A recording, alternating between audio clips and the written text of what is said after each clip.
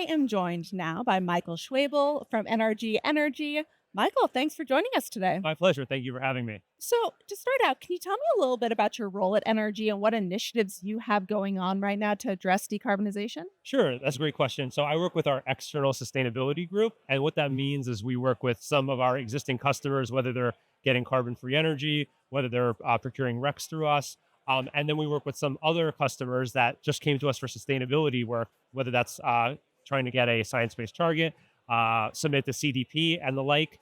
And what we do is we try to use both quantitative and qualitative methods in that sustainability work because that could be a bit tricky sometimes in understanding what's there and how to measure those facets. So we do that, and we always make sure to create new metrics and measurements that are kind of intrinsic to understanding that sustainability space. Now, I think you asked about decarbonization as well. We work very well with our internal sustainability team, and we leverage the wins and the lessons learned. And so, probably the best way to talk about decarbonization is our four levers in our TCFD report, which are decarbonizing some of our existing business lines, diversification of our energy, low carbon energy offerings, divesting from some select high emission assets, and also deploying these new offerings. So those are part and parcel to what we're doing along our decarbonization journey. Yeah. You touched on this point that is such a big piece of this event. This idea of the quality and the quantity of what you are doing as far as your decarbonization efforts. How do we actually know that the initiatives we're doing is making the impact that we wanted to? Can you tell me a little bit more about how you measure and how you work with, customers to make sure that what they're doing is leading to the impacts you'd like to see? That's also a good question. So sustainability and measurement can be a bit hazy sometimes, right? So we find that the best way to kind of measure that and make sure there's the appropriate checks and balances is to use the definition of sustainability, which is a third component equity, sometimes called social, a third economic, and a third environment. And as long as you have all three of those, that you're keeping everything in check. Now, with that said, sustainability is at the forefront of what we do at NRG, and we understand the upcoming energy or the energy transition that's in place. And we want to make sure that the long held grid reliability, stability stays there.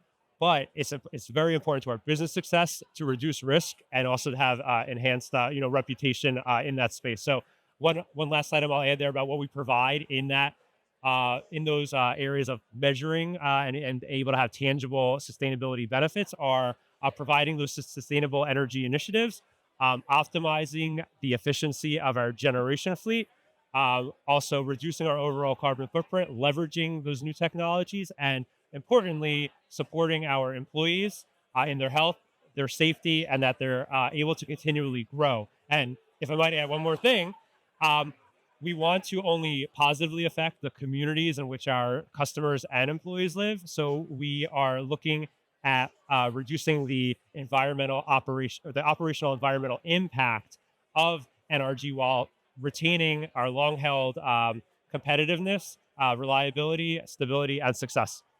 It's a lot of things to balance. Yeah. I know some of that's a bit high level, but I hope that's able to get the point across. Yeah.